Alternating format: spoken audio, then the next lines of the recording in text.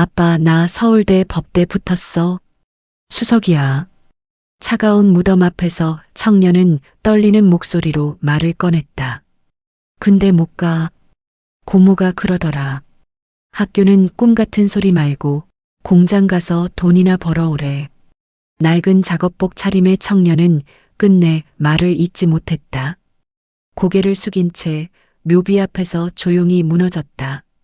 그 고백을 몇 걸음 뒤에서 듣고 있던 노인은 그 순간 숨이 막히는 듯 굳어섰다. 대한민국 최고 재벌로 불리는 그에게도 이 장면은 처음 겪는 충격이었다. 청년이 고개를 돌린 순간 노인의 곁에 서 있던 손자와 믿을 수 없을 만큼 같은 얼굴이 드러났다. 등골이 서늘해졌다. 설마 내 아들에게 내가 몰랐던 또 다른 아이가? 20해 동안 고아원과 고모의 집을 떠돌며 존중받지 못한 채 살아온 아이. 가난 때문에 꿈을 포기하려던 바로 그날 세상에서 가장 큰 힘을 가진 할아버지가 그의 앞에 나타났다.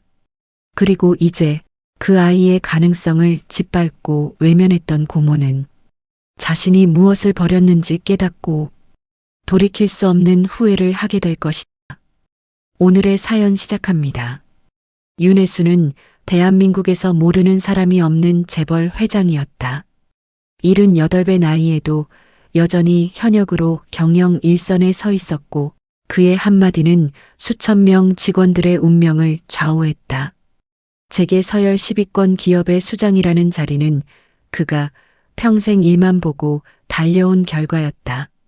언론은 그를 성공의 상징으로 불렀고 경제 전문가들은 그의 경영 철학을 분석했으며 젊은 사업가들은 그를 롤모델로 삼았다. 하지만 화려한 겉모습 뒤에 숨겨진 그의 삶은 전혀 다른 이야기였다. 성공이라는 이름 아래 그가 잃어버린 것들은 돈으로 살 수 없는 것들이었고 그 공허함은 나이가 들수록 더욱 크게 다가왔다. 젊은 시절의 윤혜수는 야망으로 가득 찬 청년이었다. 25에 작은 무역회사를 설립했고 남들이 잠든 시간에도 세계 시장을 뒤졌다. 새벽 2, 3시까지 서류를 검토하는 것은 일상이었고 주말이라는 개념 자체가 그의 사전에는 없었다. 거래처 미팅, 투자 유치, 신규 사업 개척. 모든 것이 전쟁이었고 그는 그 전쟁에서 단 한 번도 지고 싶지 않았다. 노력은 배신하지 않았다. 30살이 되기 전 그의 회사는 이미 업계에서 주목받는 기업으로 성장했다. 35에는 중견기업 반열에 올랐고 40이 되기 전에 업계 1위 자리를 차지했다. 경제 잡지 표지를 장식했고 정부 정책 자문을 요청받았으며 해외 기업들과 대등한 협상 테이블에 앉았다. 결혼은 30대 초반에 했다. 좋은 가문 출신의 교양 있는 여성과의 만남이었고 양가 모두 만족하는 결합이었다. 하지만 신혼의 달콤함을 누릴 시간조차 그에게는 없었다. 신혼여행은 사흘 만에 끝났다. 급한 계약건이 생겼다는 핑계였지만 사실 그는 일터가 더 편했다. 아내와 무슨 대화를 나눠야 할지, 어떻게 시간을 보내야 할지 알 수 없었다.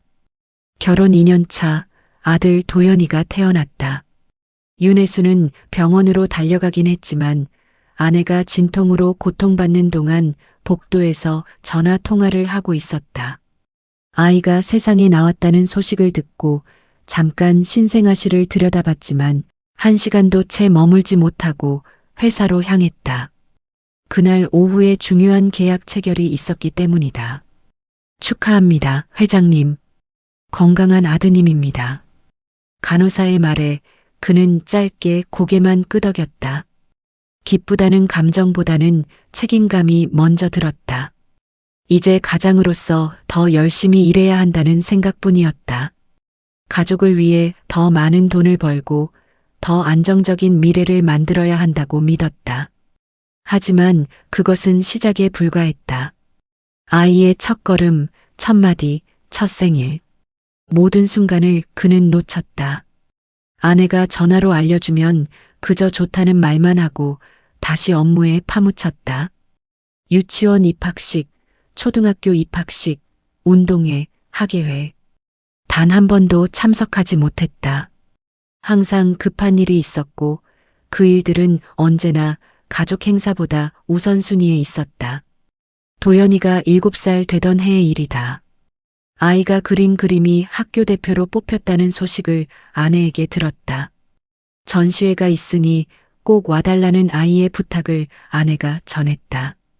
이번엔 꼭 오신다고 약속해 주세요. 도연이가 매일 아빠 언제 오냐고 물어봐요. 아내의 목소리에는 간절함이 묻어 있었다. 윤혜수는 약속했다. 하지만 전시회 당일 갑작스러운 투자자 미팅이 잡혔다. 몇억 원 규모의 투자금이 걸린 중요한 자리였다. 그는 고민 없이 회사를 택했다.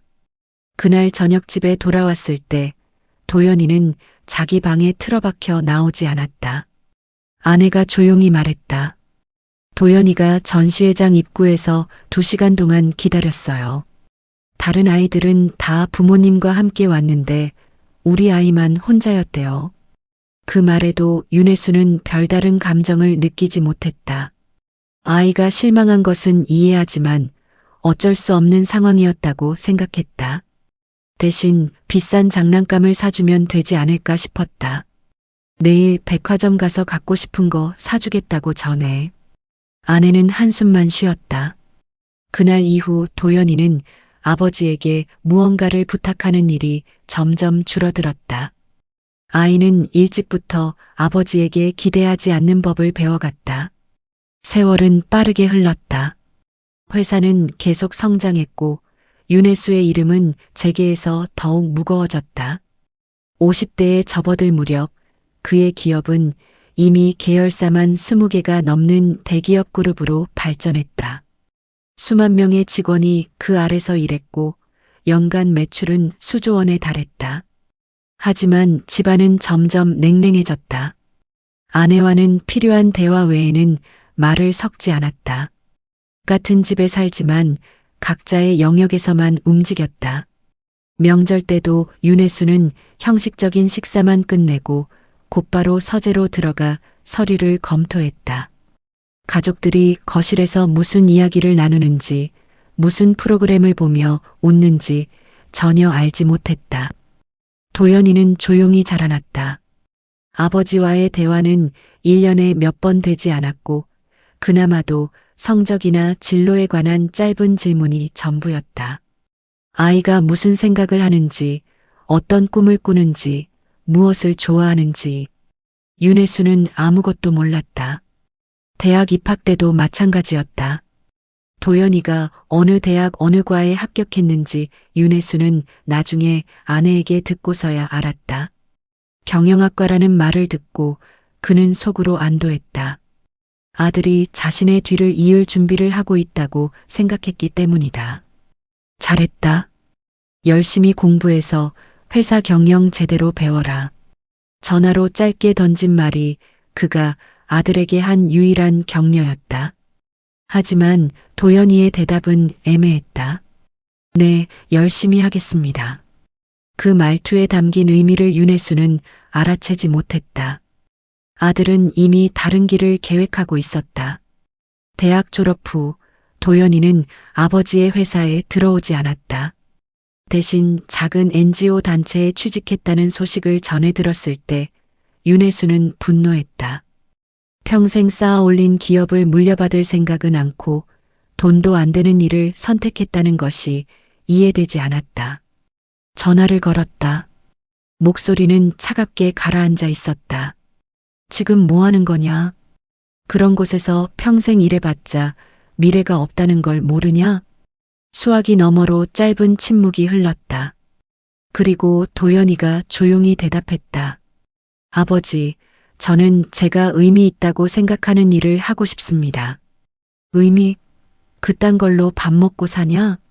당장 그만두고 회사로 들어와. 죄송하지만 그럴 수 없습니다. 너 지금 내 말을 거역하는 거냐? 거역이 아닙니다. 제 인생을 제가 선택하는 겁니다. 전화는 그렇게 끊겼다. 그것이 부자간에 나눈 마지막 긴 대화였다. 이후로 둘은 거의 연락하지 않았다. 명절에도 도연이는 바쁘다는 핑계로 집에 오지 않았고 윤혜수도 굳이 연락하지 않았다. 서로에게 상처받지 않는 가장 쉬운 방법은 거리를 두는 것이라 생각했다. 세월이 또 흘렀다. 어느덧 윤혜수는 70을 넘겼고 도연이는 40을 바라보고 있었다. 둘 사이의 거리는 좁혀지지 않았다.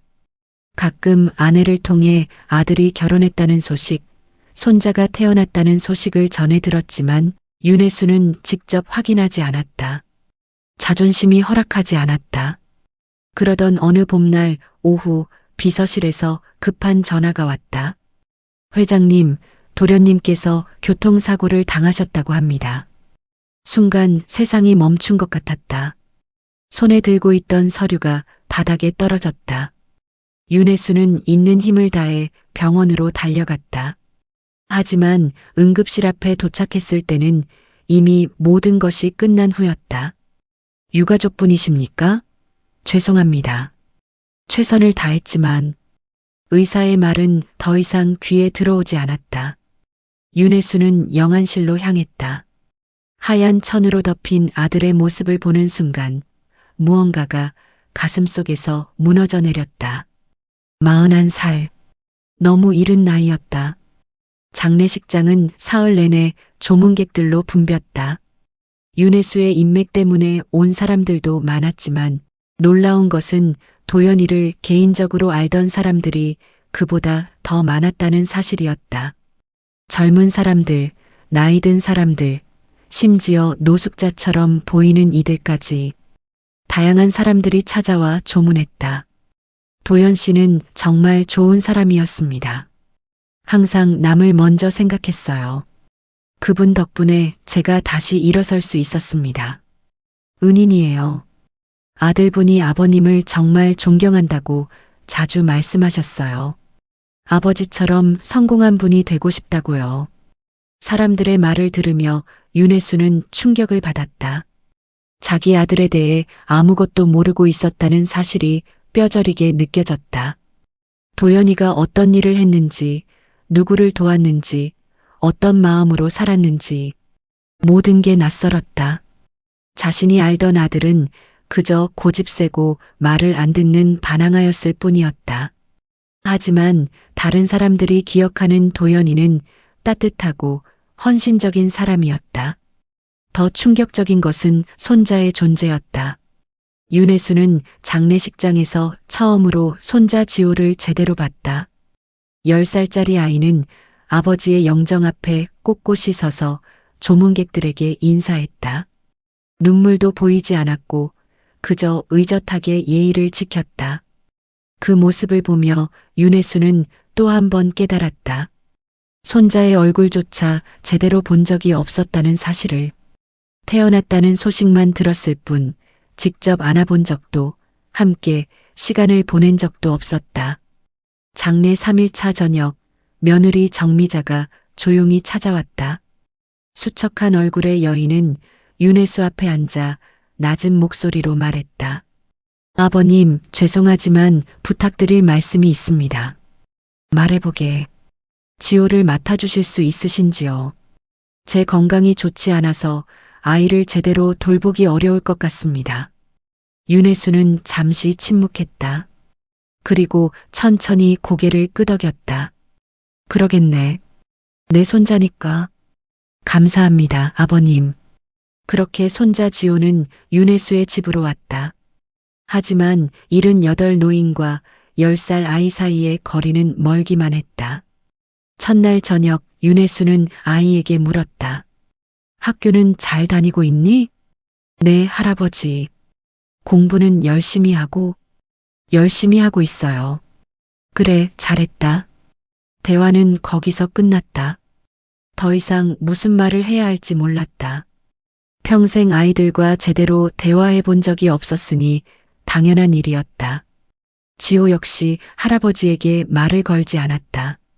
같은 집에 살지만 각자의 공간에서 각자의 시간을 보냈다. 며칠이 지나고 일주일이 지나고 한 달이 흘렀다.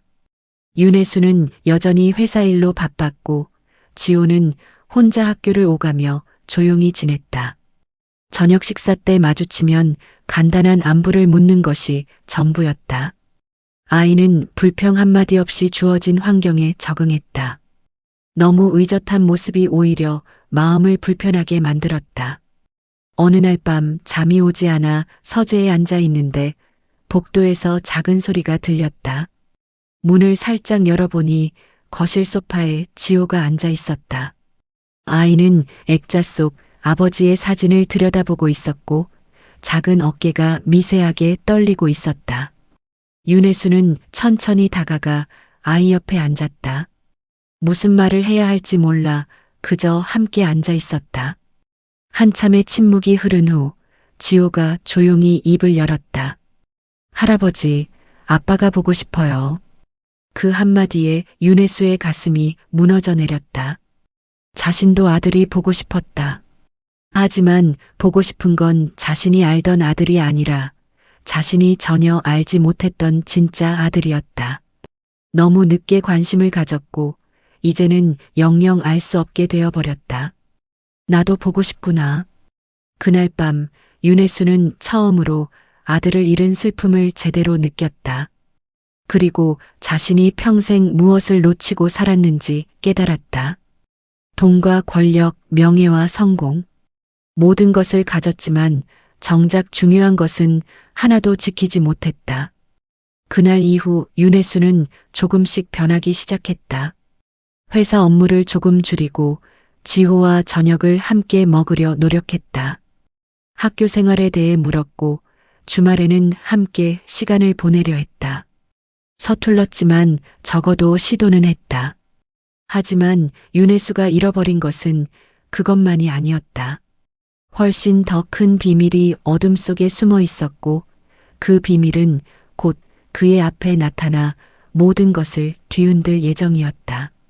다만 그 순간의 윤혜수는 아직 그 사실을 전혀 알지 못하고 있었다. 인생의 가장 큰 충격은 이제 막 시작되려 하고 있었다. 윤도현의 죽음 이후 석 달이 흘렀다. 윤혜수는 여전히 회사와 집을 오가는 일상을 이어갔지만 예전과는 달랐다. 손자 지호와 함께 저녁을 먹고 주말에는 짧게나마 대화를 나누려 노력했다. 서툴렀지만 적어도 같은 실수를 반복하지 않으려는 의지는 있었다. 그러던 어느 날 비서실에서 연락이 왔다. 도연의 유품을 정리하던 중 발견한 서류들을 가져왔다는 내용이었다. 윤혜수는 별 생각 없이 서류 상자를 받아 서재로 가져갔다. 아들이 남긴 마지막 흔적들을 정리해야 한다는 생각뿐이었다. 상자 안에는 각종 서류와 사진들이 들어 있었다. 대부분 NGO 활동 관련 자료들이었다. 봉사활동 사진, 기부 영수증, 프로젝트 보고서. 윤혜수는 하나하나 꺼내보며 아들이 어떤 일을 했는지 조금씩 알아갔다. 가난한 아이들을 돕고 노숙자들에게 식사를 제공하고 소외된 이웃들과 함께했던 시간들. 모든 것이 낯설면서도 마음 한구석을 먹먹하게 만들었다. 그러다 상자 밑바닥에서 오래된 봉투 하나를 발견했다. 누렇게 바른 봉투에는 정미자라는 이름이 적혀 있었다. 며느리의 이름이었다. 윤혜수는 봉투를 열었다. 안에는 편지 몇 장과 낡은 사진이 들어 있었다. 첫 번째 편지를 펼쳤다. 손으로 쓴 글씨는 떨리는 듯했고 곳곳에 눈물 자국으로 보이는 얼룩이 있었다. 도연아, 미안해. 정말 미안해. 우리가 내린 결정이 옳은 건지 매일 밤 잠을 못 이루고 있어. 두 아이 중 하나를 보낼 수밖에 없었던 그날, 나는 엄마로서 가장 끔찍한 선택을 했어. 윤혜수의 손이 떨렸다. 두 아이, 무슨 말인가? 그는 다음 문장을 읽어 내려갔다. 쌍둥이라는 걸 알았을 때 우리는 기뻤잖아. 하지만 현실은 너무 가혹했어. 우리에게는 두 아이를 키울 여력이 없었고 내 부모님은 결혼조차 반대하셨어. 결국 우리는 한 아이는 포기해야 했어. 편지는 거기서 잠시 끊겼다가 다시 이어졌다. 하진이를 마지막으로 안았을 때의 느낌을 평생 잊을 수 없을 거야. 그렇게 작고 따뜻한 아기를 내 손으로 고아원에 맡겼어. 지호만 우리 곁에 남겨두고 매일 그 아이 생각을 해. 잘 자라고 있을까? 어디서 무엇을 하며 살고 있을까? 윤혜수는 편지를 내려놓았다. 머릿속이 복잡했다. 쌍둥이, 하진, 고아원? 도대체 무슨 일이 있었던 것인가? 두 번째 편지를 집어들었다. 이번에는 도연이 쓴 글이었다. 미자야, 나도 매일 그 아이 생각을 해. 우리가 내린 선택이 옳았는지 확신할 수 없어. 하지만 그때 우리에게는 다른 방법이 없었어. 아버지는 내가 결혼한다는 것조차 용납하지 않으셨고 회사에서도 쫓겨날 상황이었어. 두 아이를 모두 지킬 수 없었어. 편지는 계속 이어졌다.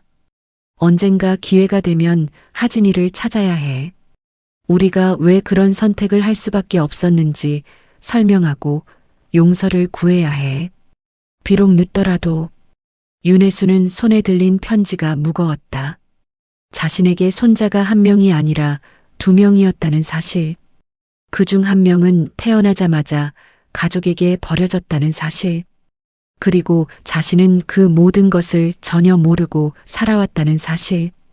다음 편지들을 하나씩 읽어내려갔다. 정미자와 도연이 주고받은 편지들은 모두 같은 주제였다. 죄책감, 후회, 그리움.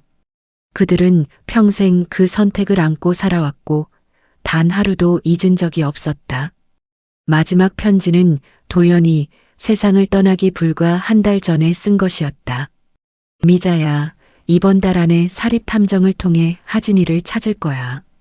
더 이상 미룰 수 없어. 우리 아이가 어디서 어떻게 살고 있는지 확인하고 만약 가능하다면 만나고 싶어. 늦었지만 아버지로서 해야 할 일을 하고 싶어. 하지만 그는 그 계획을 실행하지 못했다.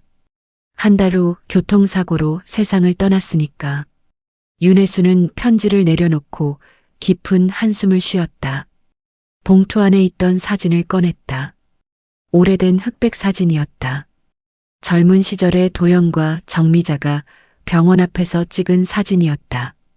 정미자는 두 명의 아기를 안고 있었고 도연은 그 옆에 서서 어색하게 웃고 있었다. 사진 뒷면에는 작은 글씨로 날짜가 적혀 있었다. 1995년 3월 15일. 지호와 하진이 태어난 날. 윤혜수는 사진을 오래 들여다봤다. 두 아기는 너무나 똑같이 생겼다. 쌍둥이라는 것을 한눈에 알 수 있었다. 그중 한 명은 지금 자신의 집에서 살고 있고 다른 한 명은 어딘가에서 전혀 다른 삶을 살아가고 있을 것이다. 다음 날 아침 윤혜수는 정미자에게 전화를 걸었다. 며느리는 놀란 목소리로 받았다. 아버님, 무슨 일이십니까? 만나서 이야기 좀 하세. 중요한 일이야. 네, 알겠습니다. 오후에 정미자가 집으로 찾아왔다. 여전히 수척한 얼굴이었지만 예전보다는 조금 나아 보였다. 윤혜수는 그녀를 서재로 안내하고 어젯밤 발견한 편지들을 테이블 위에 올려놓았다. 정미자의 얼굴이 창백해졌다. 그녀는 편지들을 보자마자 무슨 일인지 알아챘다. 아버님, 그걸 어떻게... 도연이 유품을 정리하다가 발견했네. 이게 무슨 일인가? 설명 좀 해주게. 정미자는 한참 동안 아무 말도 하지 못했다. 손이 떨리고 있었다. 윤혜수는 재촉하지 않고 기다렸다. 마침내 그녀가 입을 열었다. 죄송합니다, 아버님. 숨긴 건 아니고 말씀드릴 기회가 없었습니다. 천천히 말해보게. 정미자는 깊게 숨을 들이마시고 이야기를 시작했다. 25년 전으로 거슬러 올라가는 이야기였다. 당시 도연과 정미자는 연인 사이였다. 대학 동기였던 두 사람은 졸업 후에도 관계를 이어갔다. 하지만 윤혜수는 그 사실을 몰랐다. 도연은 아버지에게 연애 이야기를 꺼낼 엄두조차 내지 못했다. 평생 일만 하라고 강요하던 아버지가 결혼을 허락할 리 없다고 생각했기 때문이다. 그러던 중 정미자가 임신했다는 사실을 알게 됐다. 더 충격적이었던 것은 쌍둥이라는 진단이었다. 두 사람은 기뻤지만 동시에 두려웠다. 경제적으로 여유가 없었고 무엇보다 윤혜수의 반대가 뻔했다. 도연 씨가 아버님께 말씀드리려 했었어요. 정미자가 떨리는 목소리로 말했다. 하지만 그때 회사에서 큰 문제가 생겼죠. 도연 씨가 담당하던 프로젝트가 실패했고 아버님께서 크게 화를 내셨대요. 그때 도연 씨가 결혼 이야기를 꺼냈다가 뭐라고 했나? 당장 정신 차리라고 하셨답니다. 일이나 제대로 하라고. 결혼 같은 건 생각도 하지 말라고. 윤혜수는 그날을 기억했다. 프로젝트 실패로 회사가 수억 원의 손실을 입었고 자신은 도연을 호되게 질책했다. 그때 도연이 무슨 말을 하려다가 입을 다물었던 기억이 났다. 하지만 그게 결혼 이야기였을 줄은 몰랐다. 계속하게. 아이들이 태어났을 때 우리는 정말 막막했어요. 도연 씨 월급으로는 한 아이도 키우기 어려운 상황이었는데 쌍둥이라니. 게다가 아버님께 말씀드릴 수도 없었고 정미자의 눈에 눈물이 고였다. 그때 도연 씨 어머니께서 알게 되셨어요. 그분도 반대하셨죠. 당장 헤어지라고, 아이들은 어떻게든 처리하라고. 내 아내가 그런 말을 했단 말인가? 네. 결국 우리는 선택해야 했습니다. 두 아이를 모두 키울 수는 없었어요. 경제적으로도 상황상으로도. 정미자는 고개를 떨어뜨렸다. 하진이를 고아원에 맡겼습니다. 그리고 지호만 우리가 키우기로 했어요.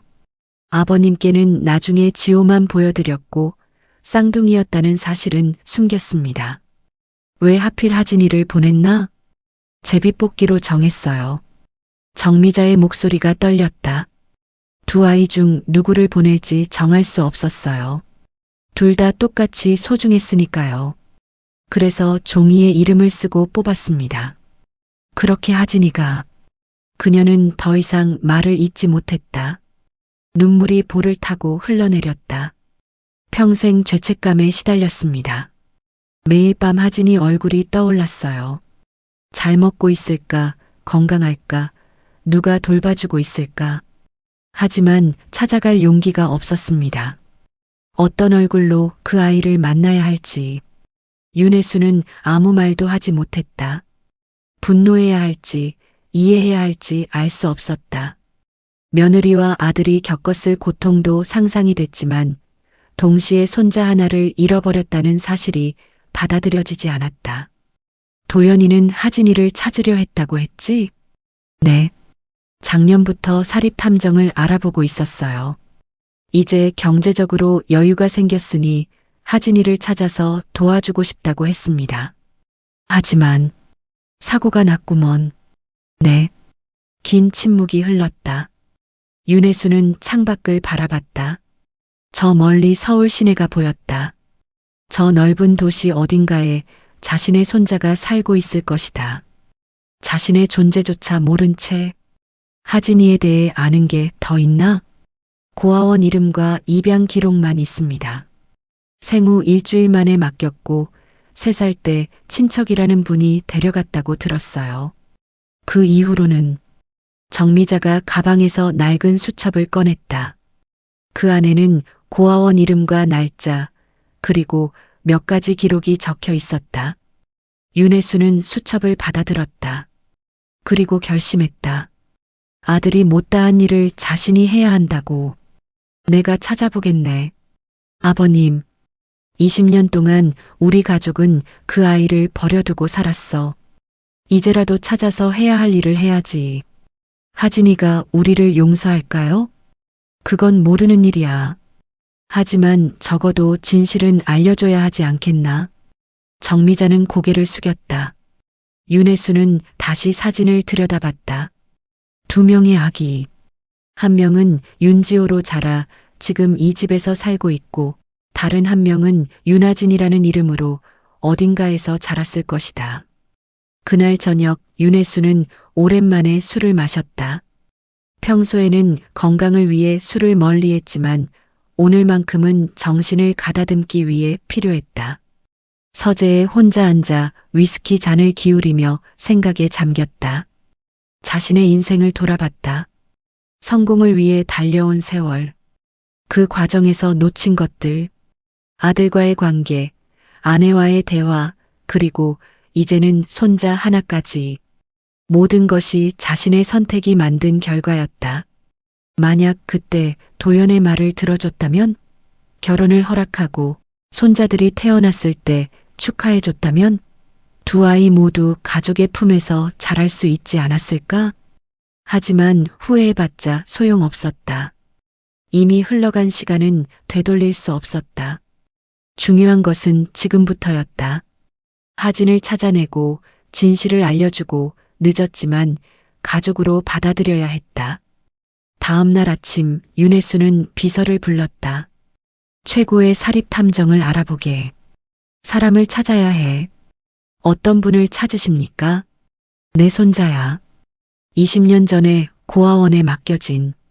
비서는 놀란 표정을 지었지만 곧 침착하게 대답했다. 알겠습니다. 최선을 다하겠습니다. 윤혜수는 정미자에게서 받은 정보를 비서에게 건넸다. 고아원 이름, 입양 날짜, 그리고 윤아진이라는 이름. 단서는 많지 않았지만 불가능한 일은 아니었다. 일주일 후 사립탐정으로부터 첫 보고가 왔다. 고아원 기록을 확인한 결과 윤아진은 3살 때 최순덕이라는 여성에게 인계됐다고 했다. 친척이라고 주장했지만 실제로는 먼 친척도 아닌 것으로 보인다는 내용이었다. 최순덕이라는 사람은 당시 남편과 사별한 상태였고 정부 보조금을 받기 위해 아이를 데려간 것으로 추정됩니다. 탐정의 설명을 듣는 윤혜수의 표정이 굳어졌다. 그 아이를 제대로 키웠겠나? 그 부분은 더 조사가 필요합니다. 다만 최순덕이 현재 서울 외곽에 살고 있다는 것까지는 확인했습니다. 계속 조사하게. 하진이가 어떻게 살아왔는지, 지금은 어디 있는지 모두 파악해. 알겠습니다. 한 달이 더 흘렀다. 탐정은 계속해서 정보를 가져왔다. 윤아진은 최순덕의 집에서 자랐고 학교에는 다녔지만 집안일과 심부름으로 힘든 시간을 보냈다고 했다. 하지만 성적은 우수했고 결국 서울대 법대에 합격했다는 놀라운 사실도 밝혀졌다. 서울대 법대라고? 네, 회장님. 작년에 합격했습니다. 하지만 등록을 하지 않은 것으로 보입니다. 왜? 경제적 이유로 추정됩니다. 최순덕이 등록금을 대주지 않았고 학생 본인도 돈이 없었던 것 같습니다. 윤혜수는 주먹을 쥐었다. 자신의 손자가 서울대에 합격하고도 돈이 없어서 포기해야 했다니. 그동안 자신은 수백억 원을 굴리며 살았는데 지금 그 아이는 어디 있나? 현재 위치를 파악 중입니다. 최순덕의 집을 나온 것으로 보이는데 정확한 거처는 아직. 빨리 찾게. 무슨 수를 써서라도. 그리고 마침내 일주일 후 탐정이 결정적인 정보를 가져왔다. 윤아진을 찾았습니다. 윤혜수는 자리에서 일어났다. 어디 있나? 편의점에서 아르바이트를 하고 있습니다. 낮에는 다른 일도 하는 것 같은데 정확히는 파악 못했습니다. 밤 10시부터 새벽 6시까지 편의점 야간 근무를 하고 있습니다. 탐정이 사진 한 장을 내밀었다. 편의점 카운터에 서 있는 젊은 남자의 모습이었다. 윤혜수는 사진을 받아들고 한참을 들여다봤다. 지호와 똑같은 얼굴이었다. 쌍둥이라는 것을 한눈에 알 수 있었다. 하지만 표정은 달랐다. 지호의 얼굴에는 여유가 있었지만 사진 속 하진의 얼굴에는 피곤함과 긴장이 역력했다. 이 아이가 내 손자구먼. 윤혜수는 오랜 시간 사진을 들여다봤다. 그리고 결심했다. 직접 만나야겠다고. 20년 동안 외면했던 손자를 이제라도 찾아가야겠다고. 하지만 어떻게 접근해야 할지는 막막했다. 갑자기 나타나서 할아버지라고 밝히면 믿을까? 아니, 믿는다 해도 받아들일까? 버려졌던 아이가 할아버지를 어떻게 생각할까? 고민은 깊어져만 갔다. 윤혜수는 매일 밤 서재에 앉아 생각했다. 어떻게 하는 것이 하진에게 그리고 지호에게도 좋은 일일지. 진실은 밝혀졌지만 그 진실을 어떻게 다뤄야 할지는 여전히 알 수 없었다. 한 가지 확실한 것은 이 비밀이 드러나는 순간 모든 것이 변할 거라는 사실이었다. 윤혜수의 가족, 지호의 인생, 그리고 무엇보다 하진의 삶. 모든 것이 뒤흔들릴 것이 분명했다. 그럼에도 윤혜수는 진실을 알려야 한다고 믿었다. 늦었지만 잘못을 바로잡아야 한다고 생각했다. 비록 그 과정이 고통스럽더라도. 윤아진은 새벽 6시에 편의점 문을 닫고 밖으로 나왔다. 차가운 아침 공기가 얼굴을 때렸다. 온몸이 무거웠다. 8시간 동안 서서 일한 탓에 다리가 붓고 허리가 아팠다. 하지만 집으로 바로 갈 수는 없었다. 오전 9시부터 건설 현장에서 일용직 일이 있었다. 편의점에서 받는 월급은 100만 원 남짓이었다. 거기에 일용직으로 한 달에 80만 원 정도를 더 벌었다. 고시원 월세가 30만 원, 식비와 생활비로 50만 원.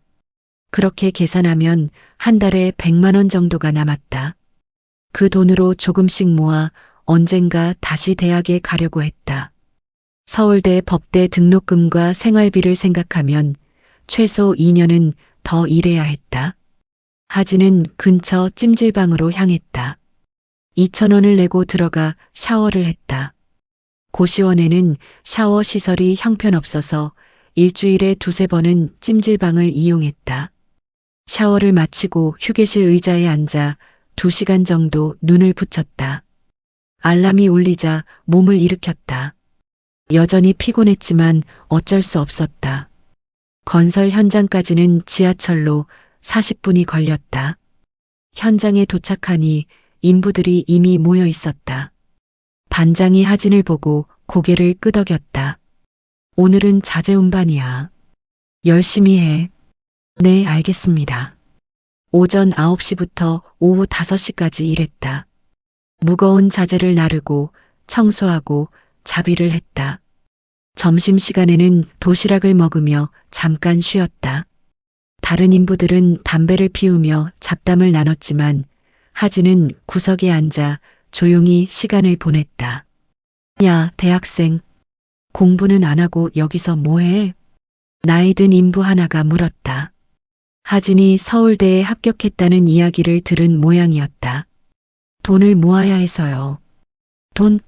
등록금? 네. 요즘 학자금 대출도 있잖아. 빚지고 싶지 않아서요.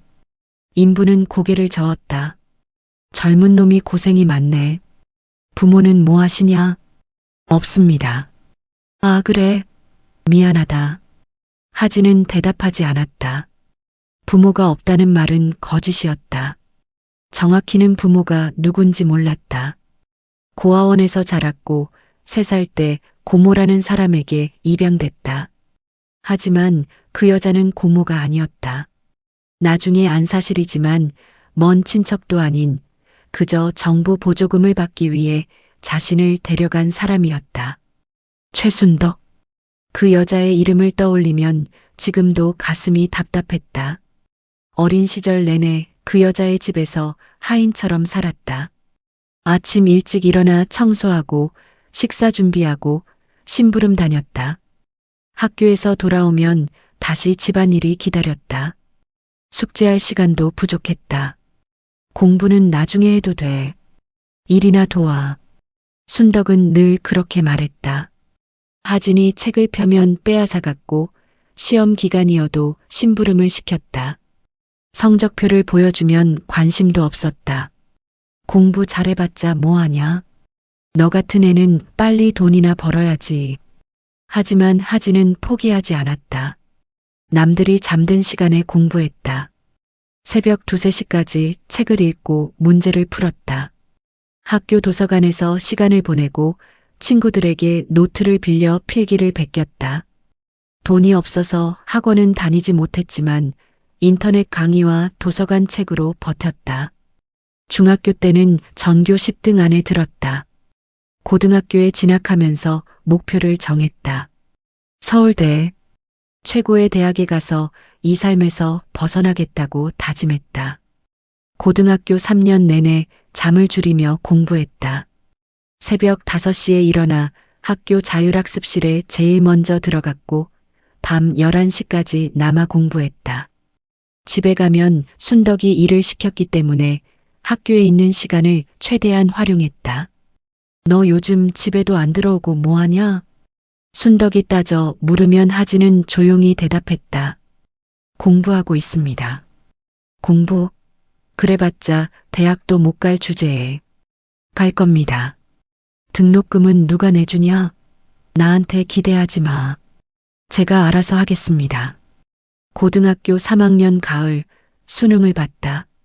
시험장에서 나오는 순간 느낌이 왔다. 잘 봤다는 확신이 들었다. 성적이 발표됐을 때 하진은 전국 상위 1% 안에 들었다. 서울대 법대에 지원할 수 있는 점수였다. 합격 발표일 하진은 도서관 컴퓨터로 결과를 확인했다. 화면에 합격이라는 글자가 떴을 때 눈물이 났다. 10년 넘게 꿈꾸던 순간이었다. 이제 새로운 삶이 시작될 것 같았다. 하지만 현실은 달랐다.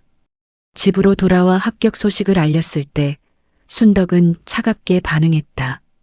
그래서 등록금은? 학자금 대출을 받으려고 합니다. 대출? 그거 나중에 갚아야 하는 거 알지? 알고 있습니다. 빚쟁이 되고 싶냐? 차라리 지금부터 일해서 돈 벌어. 대학은 나중에 가도 돼. 나중이 언제입니까? 지금이 기회입니다. 순덕의 얼굴이 굳었다. 내가 너 키우느라 얼마나 고생했는데 이제 와서 대학 간다고? 너 이제 20살이야. 돈 벌어서 나한테 보답해야지. 보답은 나중에 하겠습니다. 일단 공부를 끝내고. 안 돼. 당장 일자리 구해. 안 그러면 집에서 나가. 결국 하진은 집을 나왔다. 가진 돈은 20만 원이 전부였다. 친구 집에서 일주일 정도 신세를 지다가 고시원을 구했다. 그리고 아르바이트를 시작했다. 등록금을 마련하려면 최소 1,000만 원이 필요했다. 생활비까지 합치면 2천만 원은 있어야 했다. 학자금 대출도 알아봤지만 보증인이 필요했다. 순덕은 절대 보증을 서주지 않을 것이 뻔했다. 친척도 없었고 친구들에게 부탁할 수도 없었다. 결국 스스로 돈을 모을 수밖에 없었다. 그렇게 1년이 흘렀다. 편의점 야간 근무와 일용직 일을 병행하며 돈을 모았다. 한 푼이라도 아껴야 했다. 하루 식비는 5천 원으로 제한했다. 편의점에서 유통기한 임박한 도시락을 할인받아 먹고 컵라면으로 끼니를 때웠다. 옷은 1년 내내 같은 것만 입었고 신발은 다 달아도 버리지 못했다. 건강도 나빠졌다. 하루에 4~5시간밖에 못 자니 면역력이 떨어졌다. 감기에 자주 걸렸고 두통이 잦았다. 하지만 병원 갈 돈이 아까워 약국에서 싼 약만 사 먹었다. 가끔 대학 동기들 소식을 SNS로 봤다. 그들은 캠퍼스 생활을 즐기고 있었다. 축제 사진, MT 사진, 동아리 활동 사진. 자신이 가졌어야 할 삶이었다. 그럴 때마다 마음 한구석이 무너졌다. 하지만 곧 정신을 차렸다. 후회해봤자 달라지는 건 없었다. 어느 날 밤 편의점에 취객이 들어왔다. 술에 취해 비틀거리는 중년 남자였다. 야, 담배 줘. 어떤 걸로 드릴까요? 아무거나. 빨리 앉아. 하진은 침착하게 담배를 꺼내 건넸다. 남자는 돈을 던지듯 카운터에 올려놓고 나갔다. 바닥에 떨어진 동전을 줍는데 문득 생각이 들었다. 자신은 왜 이렇게 살아야 하는가? 태어날 때부터 운명이 정해진 것 같았다. 부모도 모르고 사랑도 받지 못하고 혼자 살아남아야 했다. 다른 사람들은 부모의 지원을 받으며 대학을 다니는데 자신은 왜 이렇게 힘들게 살아야 하는가? 하지만 곧 고개를 저었다. 불평해봤자 소용없었다. 주어진 환경을 탓하기보다는 그 안에서 최선을 다하는 수밖에 없었다. 그게 자신이 살아온 방식이었고 앞으로도 그럴 것이었다. 새벽 5시쯤 편의점 문이 열리고 정장 차림의 남자가 들어왔다. 70대로 보이는 노인이었다. 하진은 인사했다. 어서 오세요. 노인은 대답 없이 매대를 둘러봤다. 그리고 생수 한 병을 들고 카운터로 왔다. 하진이 계산을 하는 동안 노인은 그를 유심히 바라봤다. 학생인가? 아니요, 직장인입니다. 이 시간에 일하는 걸 보니 야간 근무를 하는구먼. 네. 힘들겠네. 괜찮습니다. 노인은 잠시 말없이 서 있다가 천천히 물었다. 혹시 이름이 어떻게 되나? 이상한 질문이었다. 손님이 점원 이름을 묻는 경우는 거의 없었다.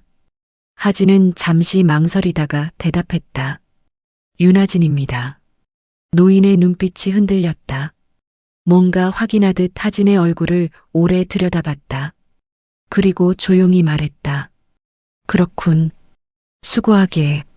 노인은 생수를 받아들고 나갔다. 하진은 이상한 느낌이 들었지만 곧 잊었다. 새벽 시간대에는 가끔 이상한 손님들이 오곤 했다. 그로부터 일주일 후 같은 시간에 같은 노인이 다시 왔다. 이번에도 생수 한 병만 샀다. 그리고 또 일주일 후에도 왔다. 마치 일부러 그 시간에 맞춰 오는 것 같았다. 세 번째 방문했을 때 노인이 물었다. 자네 대학은 안 다니나? 다니지 않습니다. 왜? 하진은 대답하지 않았다. 개인적인 질문이었고 낯선 손님에게 할 이야기가 아니었다. 죄송하지만 사적인 질문에는 답하기 어렵습니다. 노인은 고개를 끄덕였다. 그렇겠지. 미안하네. 그리고 또 일주일이 지났다. 노인은 계속 같은 시간에 왔다. 하진은 점점 익숙해졌다. 이상하긴 했지만 해를 끼치는 손님은 아니었다. 어느 날 노인이 평소보다 오래 머물렀다. 편의점 구석 테이블에 앉아 생수를 마시며 하진을 지켜봤다. 하진이 물건을 정리하고 손님을 응대하고 청소하는 모습을 말없이 바라봤다.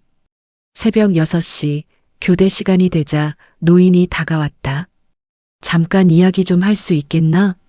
지금은 퇴근 시간이라. 오래 걸리지 않네. 중요한 이야기야. 하진은 망설였다. 하지만 노인의 눈빛이 진지해서 거절하기 어려웠다. 무슨 이야기신지요?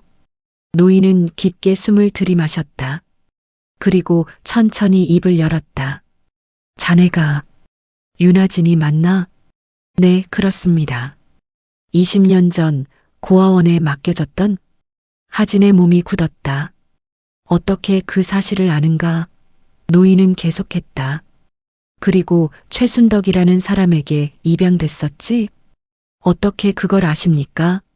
노인은 주머니에서 오래된 사진 한 장을 꺼냈다. 흑백 사진이었다. 젊은 부부가 2명의 아기를 안고 있는 사진이었다. 이게 뭡니까? 자네가 태어난 날 찍은 사진일세. 하진은 사진을 받아들었다. 손이 떨렸다.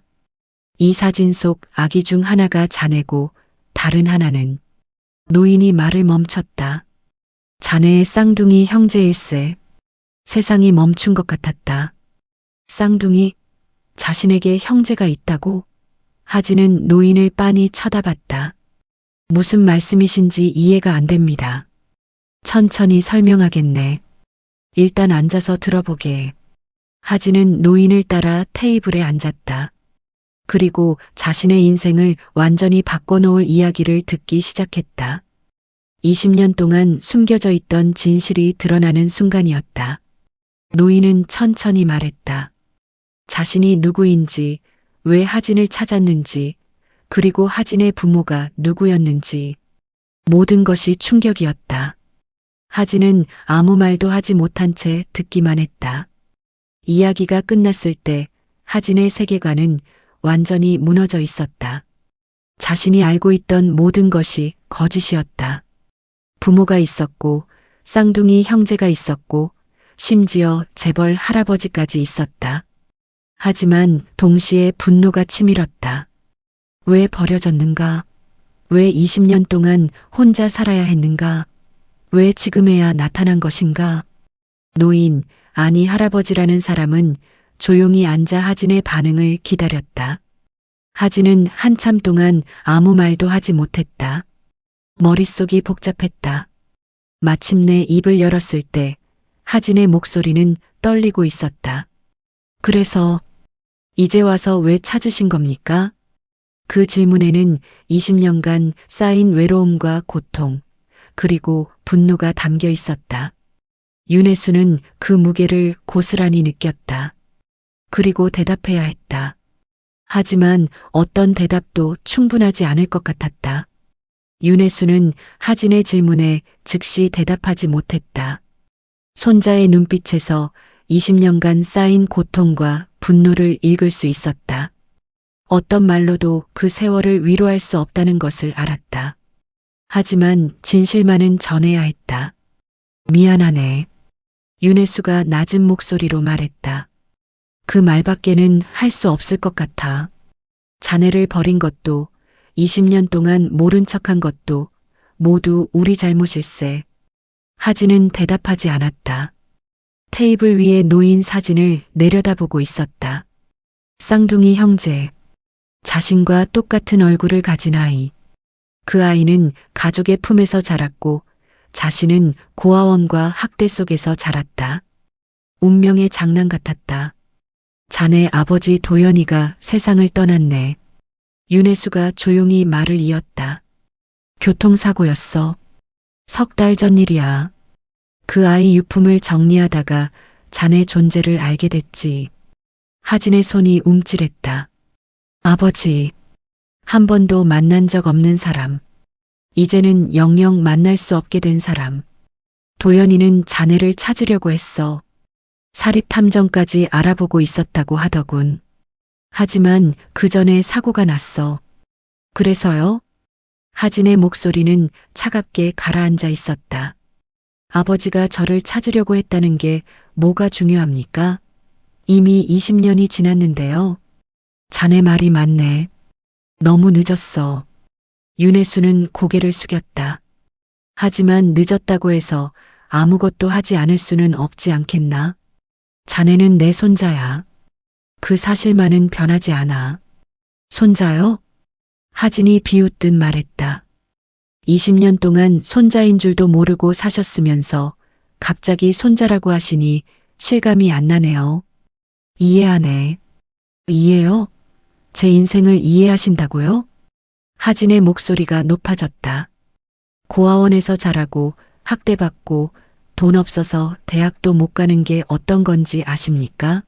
새벽까지 일하고 하루에 5,000원으로 밥 먹고 아플 때도 병원 못 가는 게 어떤 건지 아세요?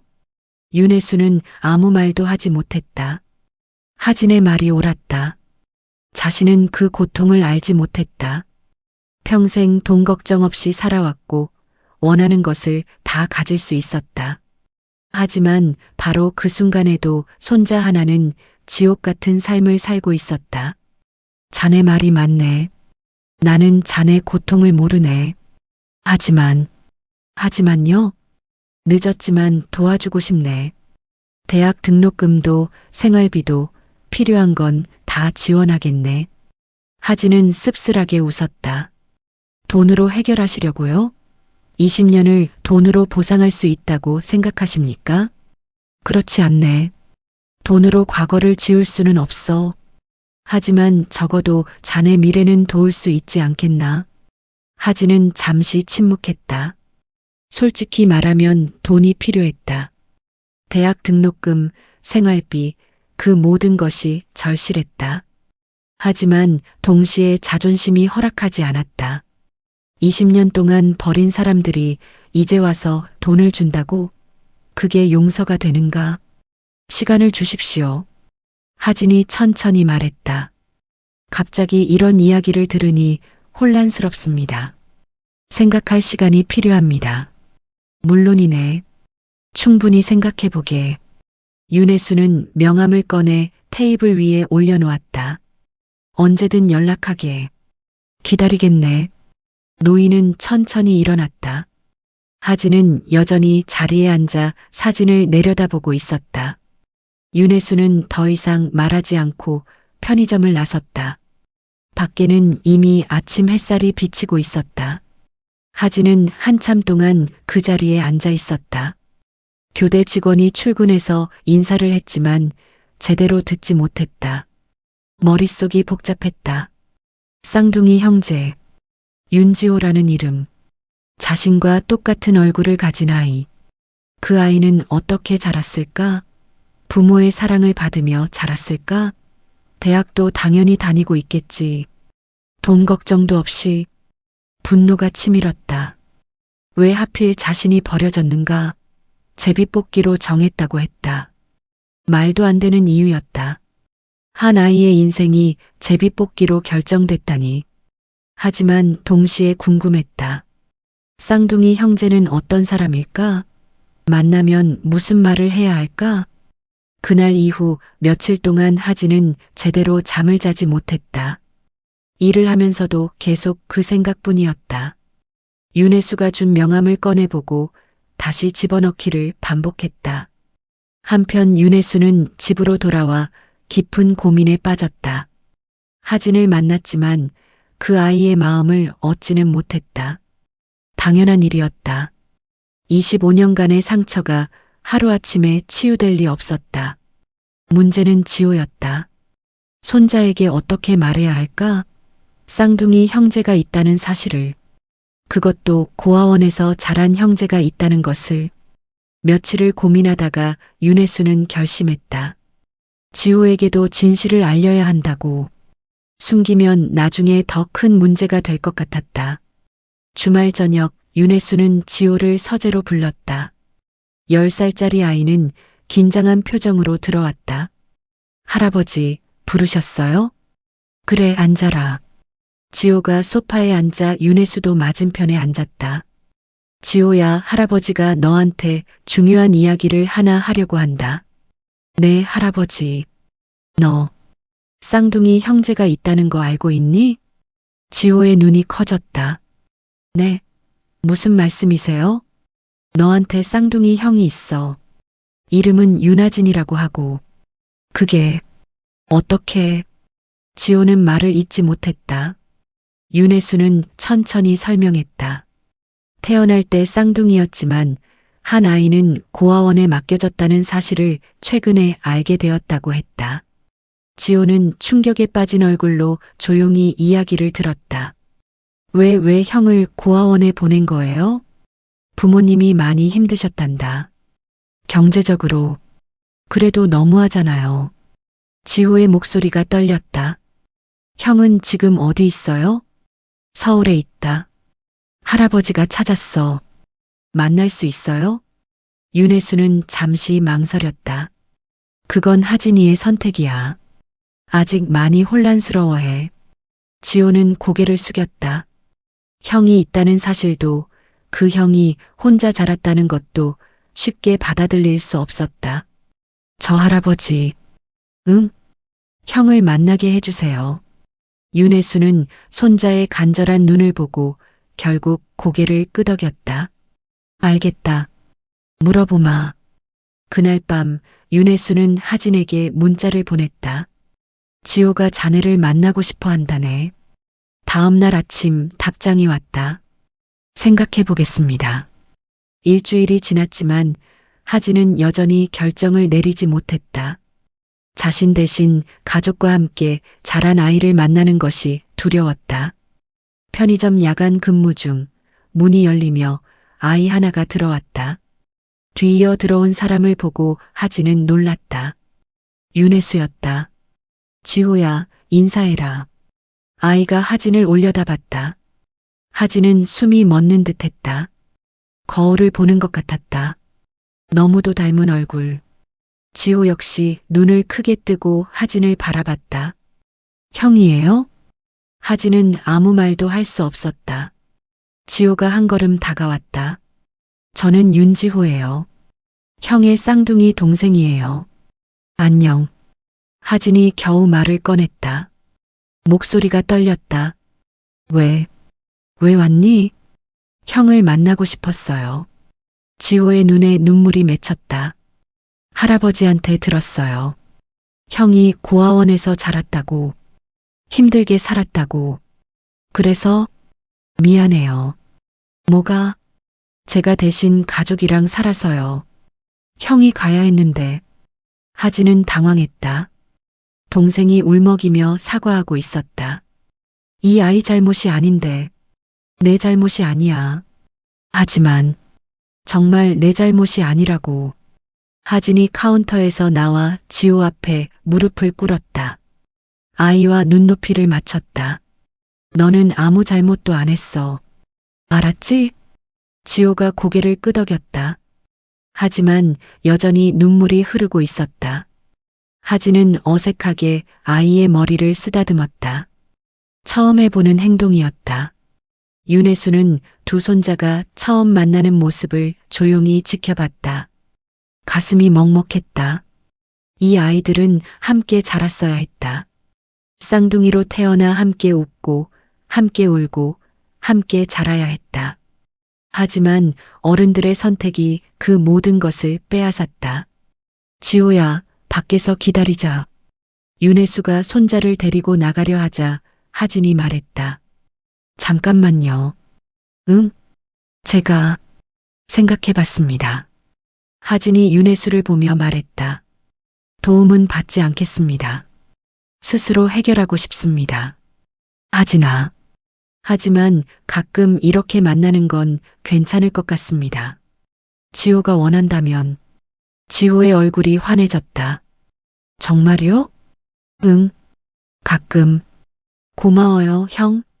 아이가 환하게 웃었다. 하진도 모르게 입가에 미소가 번졌다. 이상한 기분이었다. 따뜻했다. 윤혜수는 더 이상 말하지 않았다. 하진이 스스로 선택하게 두는 것이 맞다고 생각했다. 강요할 수 없었다. 그날 이후로 지호는 일주일에 한 번씩 편의점에 왔다. 할아버지와 함께, 때로는 혼자, 하진과 짧게 이야기를 나눴다. 학교 이야기, 친구 이야기, 사소한 일상. 하진은 처음에는 어색했지만 점점 익숙해졌다. 동생이 있다는 게 나쁘지 않았다. 오히려 좋았다. 평생 혼자였던 삶에 누군가 들어온 것 같았다. 하지만 여전히 복잡한 감정도 있었다. 지호가 입은 옷, 신은 신발, 들고 온 가방. 모든 것이 비싸 보였다. 자신은 1년 내내 같은 옷을 입는데 지호는 올 때마다 다른 옷을 입고 왔다. 부러웠다. 솔직히 인정할 수밖에 없었다. 지호가 누리는 삶이 부러웠다. 하지만 동시에 이 아이 잘못이 아니라는 것도 알았다. 어느 날 지호가 물었다. 형, 대학 가고 싶어요? 응. 왜 안 가요? 돈이 없어서. 지호는 잠시 생각하더니 말했다. 할아버지한테 부탁하면 되잖아요. 그건 싫어. 왜요? 스스로 하고 싶어서. 지호는 이해한다는 듯 고개를 끄덕였다. 형은 대단해요. 저는 할아버지 돈으로 학교 다니는데. 넌 같이 자랐잖아. 당연한 거야. 형도 도움받으면 안 돼요? 가족인데. 하진은 대답하지 않았다. 가족. 그 단어가 아직도 낯설었다. 한 달이 지났다. 하진과 지호는 점점 가까워졌다. 처음에는 어색했지만 이제는 편하게 대화할 수 있었다. 지호는 형을 좋아했고 하진도 동생이 나쁘지 않다고 생각했다. 윤혜수는 두 손자가 친해지는 모습을 보며 조금씩 안심했다. 하지만 여전히 하진은 경제적 도움을 거부했다. 고집스럽게 혼자 일하며 돈을 모으고 있었다. 언제까지 그렇게 살 거냐? 윤혜수가 어느 날 물었다. 필요한 만큼 모을 때까지요. 그게 언제인데? 1년 정도 더 걸릴 것 같습니다. 1년이나. 그동안 건강은 어떻게 하고? 괜찮습니다. 하지만 괜찮지 않았다. 하진은 점점 야위어 갔다. 수면 부족과 과로로 얼굴은 창백했고 다크서클이 짙어졌다. 지호도 눈치챘다. 형, 아파요? 아니야. 거짓말. 얼굴이 안 좋아요. 피곤해서 그래. 괜찮아. 지호는 걱정스러운 얼굴로 형을 바라봤다. 할아버지에게 말해야 하나 고민했다. 하지만 형이 싫어할 것 같았다. 어느 날 밤 편의점에서 일하던 하진이 갑자기 쓰러졌다. 손님이 놀라서 119에 신고했고 구급차가 왔다. 병원으로 옮겨진 하진은 과로와 영양실조 진단을 받았다. 윤혜수에게 연락이 갔다. 노인은 즉시 병원으로 달려갔다. 지호도 함께였다. 병실에 누워있는 하진을 보는 순간 윤혜수는 가슴이 무너지는 것 같았다. 손자는 너무 말라 있었고 얼굴은 핏기가 없었다. 이 바보 같은 놈. 윤혜수가 중얼거렸다. 지호는 침대 옆에 서서 울고 있었다. 형? 형? 하진이 천천히 눈을 떴다. 희미한 시야에 할아버지와 동생이 보였다. 왜? 왔어요. 병원에서 연락 왔다. 윤혜수가 단호하게 말했다. 이제 그만 고집 부려라. 이러다 죽겠다. 괜찮습니다. 괜찮긴 뭐가 괜찮아. 윤혜수의 목소리가 높아졌다. 내 손자가 굶어 죽게 생겼는데 괜찮다고? 자존심이 목숨보다 중요하냐? 하진은 대답하지 못했다. 윤혜수가 한숨을 쉬었다. 하진아, 들어라. 나는 내가 스스로 하고 싶다는 마음을 이해한다. 하지만 죽으면서까지 고집 부릴 필요는 없어. 도움받는 게 부끄러운 일이 아니야. 하지만 가족이란 게 그런 거야. 힘들 때 서로 돕는 거지. 내가 나중에 성공하면 그때 갚으면 돼. 지호가 형의 손을 잡았다. 형, 제발. 저 형 잃고 싶지 않아요. 하진은 동생의 눈물 어린 얼굴을 보았다. 그리고 천천히 고개를 끄덕였다. 알겠습니다. 윤혜수는 안도의 한숨을 쉬었다. 마침내 손자가 마음의 문을 조금 연 것 같았다. 늦었지만 이제라도 가족이 될 수 있을 것 같았다. 하지만 이것은 시작에 불과했다. 진짜 어려움은 이제부터였다. 하진이 가족으로 받아들여지는 것, 과거의 상처를 치유하는 것, 그리고 앞으로 함께 살아가는 것. 모든 것이 쉽지 않을 것이었다. 하지만 적어도 시작은 했다. 그것만으로도 충분했다. 병원에서 일주일을 입원한 후 하진은 퇴원했다. 의사는 충분한 휴식과 영양 섭취를 강조했다. 윤혜수는 하진을 자신의 집으로 데려가려 했지만 하진은 거절했다. 고시원으로 돌아가겠습니다. 아직 몸이 회복되지 않았어. 집에서 푹 쉬어야지. 괜찮습니다. 익숙한 곳이 더 편합니다. 윤혜수는 더 이상 강요하지 않았다. 대신 조건을 제시했다. 그럼 이렇게 하자. 대학 등록금과 생활비는 내가 대주마. 하지만 그건 빌려주는 거야. 나중에 내가 성공하면 갚으면 돼. 하진은 잠시 생각하다가 고개를 끄덕였다. 빚으로 해주십시오. 이자까지 쳐서 반드시 갚겠습니다. 이자는 필요 없네. 아니요. 정식으로 빌리는 겁니다. 차용증도 쓰겠습니다. 윤혜수는 손자의 고집스러운 눈빛을 보며 한숨을 쉬었다. 도연이를 닮았다. 한번 마음먹으면 꺾이지 않는 성격.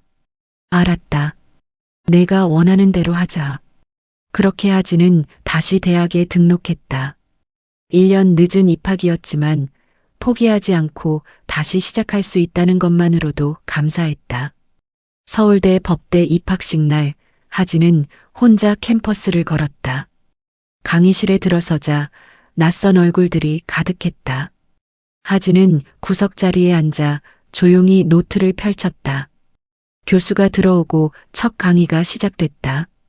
수업을 듣는 내내 하진은 집중했다.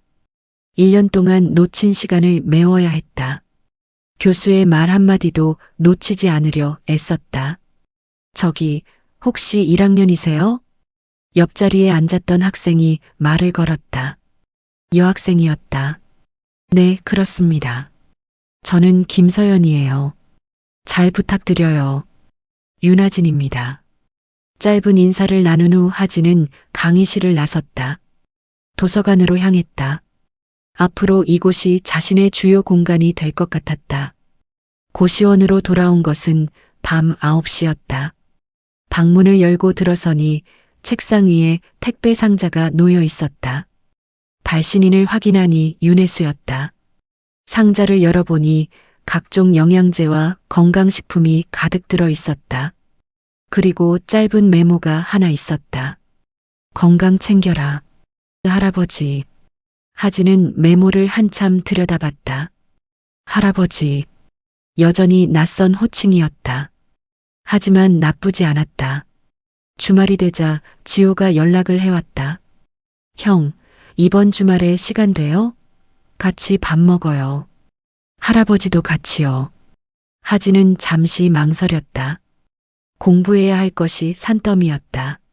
하지만 동생의 기대에 찬 목소리를 거절할 수 없었다. 알았어. 토요일 저녁 하진은 약속 장소로 나갔다.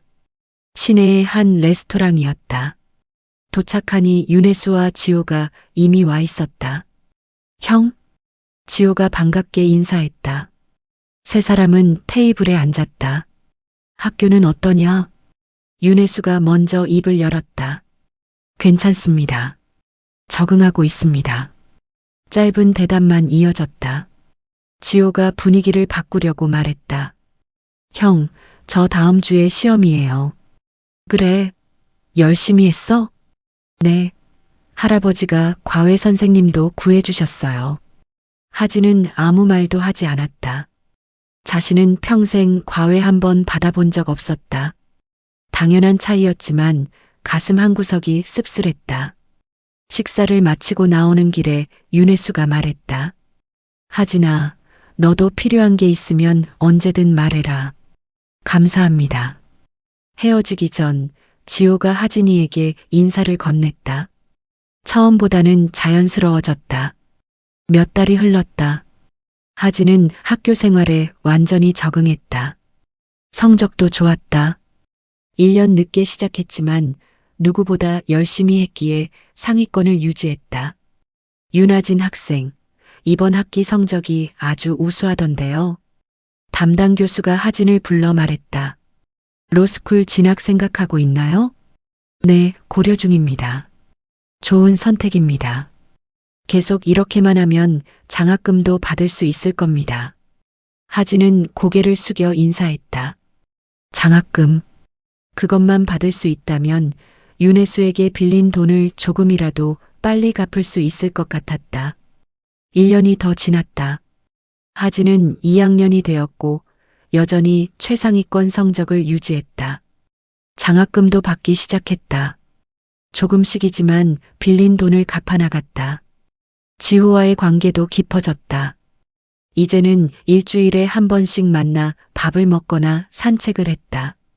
형, 나도 형처럼 법대 갈까봐. 왜? 형이 멋있잖아. 하진은 웃었다. 동생이 자신을 멋있다고 생각한다니 기분이 좋았다. 어느 날 윤혜수가 하진을 회사로 불렀다. 처음 가보는 곳이었다. 거대한 사옥에 압도당했다. 회장실로 안내받아 들어가니 윤혜수가 창가에 서 있었다. 오늘 부른 이유는 내 미래에 대해 이야기하고 싶어서다. 제 미래요? 그래. 너 로스쿨 가려고 하지? 네, 계획하고 있습니다. 졸업 후 계획은? 하지는 잠시 생각했다. 변호사가 되어 법률 구조 쪽에서 일하고 싶습니다. 돈이 없어서 법의 보호를 받지 못하는 사람들을 돕고 싶습니다. 윤혜수는 손자를 오래 바라봤다. 도연이를 닮았다. 좋은 꿈이네. 응원하마. 감사합니다. 그런데 하진아, 회사 일도 조금씩 배워볼 생각은 없나? 저는 법률 구조를 하고 싶습니다. 회사 경영에는 관심이 없습니다. 그래도 알아두면 나쁠 것 없지 않겠나? 하진은 잠시 고민했다. 생각해 보겠습니다. 그날 이후 하진은 방학 때마다 회사에서 인턴으로 일했다. 법무팀에서 일하며 기업 법률을 배웠다. 3년이 더 흘렀다. 하진은 로스쿨에 진학했고 최우등으로 졸업했다. 변호사 시험에도 합격했다. 그리고 법률구조재단에 취직했다. 꿈을 이룬 것이다. 첫 월급을 받은 날 하진은 윤혜수를 찾아갔다. 할아버지, 이거 받으세요. 통장을 내밀었다.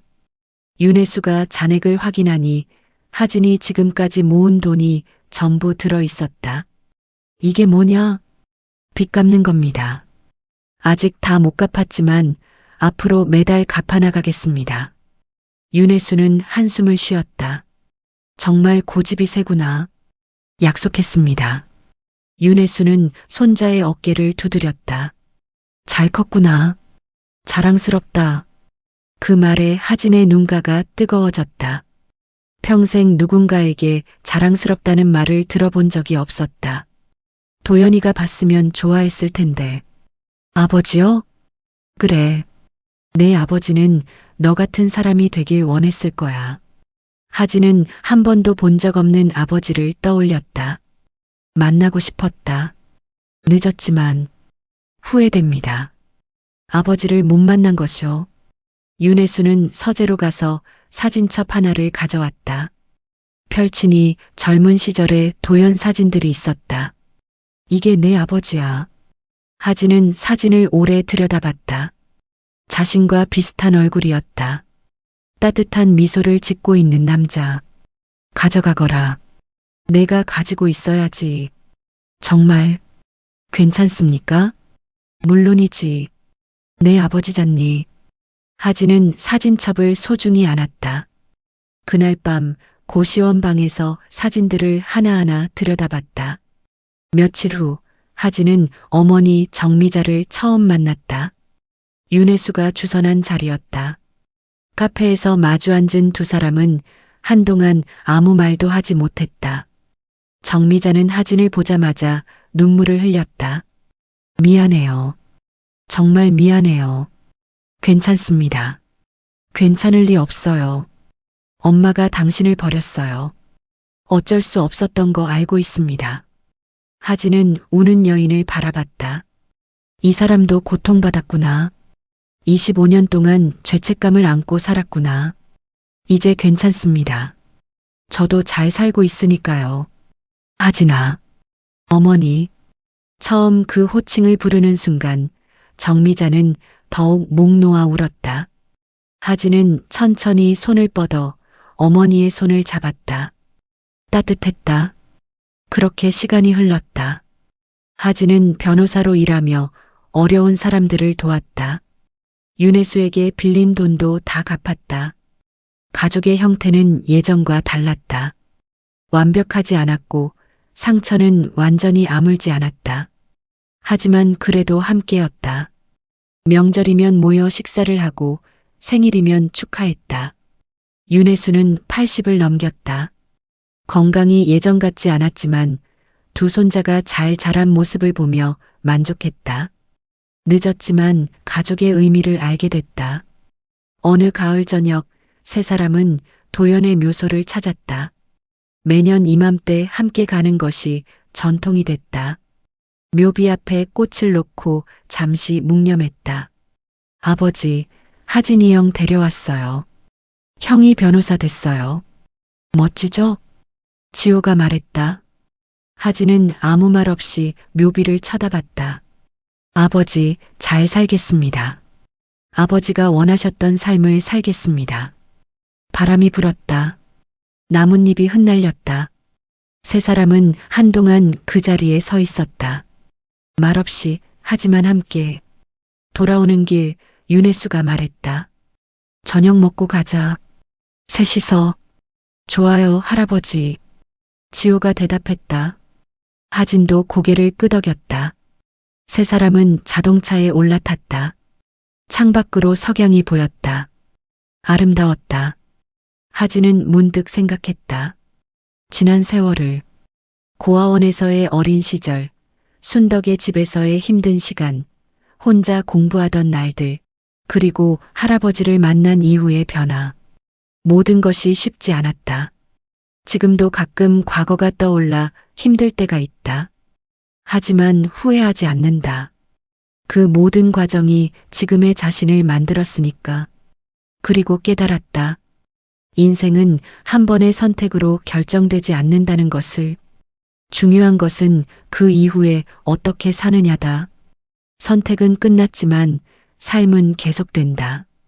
매일 새로운 선택을 하며 조금씩 나아가며 의미를 만들어간다.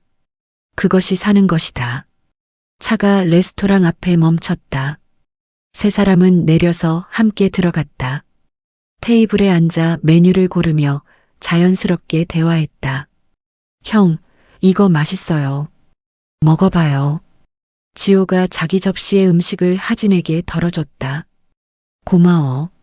할아버지도요. 그래, 고맙다. 윤혜수는 두 손자를 바라보며 미소 지었다. 이 순간이 행복했다.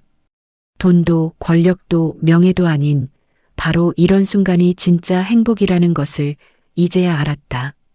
식사를 마치고 나오는 길, 거리에는 사람들이 가득했다. 하진은 그들을 보며 생각했다. 모두 각자의 이야기가 있겠지. 형, 뭐 생각해요? 아무것도. 그냥 좋은 날이라고 생각했어. 맞아요. 좋은 날이에요. 지호가 형의 팔짱을 꼈다. 하진은 웃으며 동생과 함께 걸었다. 윤혜수가 뒤따라왔다.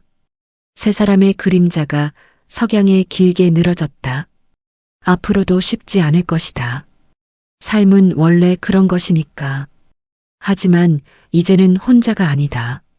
함께 걸어갈 사람들이 있다. 그것만으로도 충분했다. 하진은 하늘을 올려다봤다. 구름 사이로 빛이 새어나왔다. 아름다웠다. 아버지, 저 괜찮아요. 이제 괜찮습니다. 마음속으로 중얼거렸다. 바람이 불었다. 마치 대답처럼. 그렇게 하루가 저물었다. 내일도 해는 뜰 것이고 삶은 계속될 것이다. 과거는 바꿀 수 없지만 미래는 만들어갈 수 있다. 하진은 그것을 믿었다. 여기까지 이야기를 들어주셔서 감사합니다. 누구에게나 아픈 과거와 힘든 순간이 있습니다. 하지만 그것이 끝이 아니라는 것을 기억해 주셨으면 합니다. 이 이야기가 조금이라도 위로가 되었다면 좋아요와 구독 부탁드립니다. 여러분의 작은 응원이 제게 큰 힘이 됩니다. 감사합니다.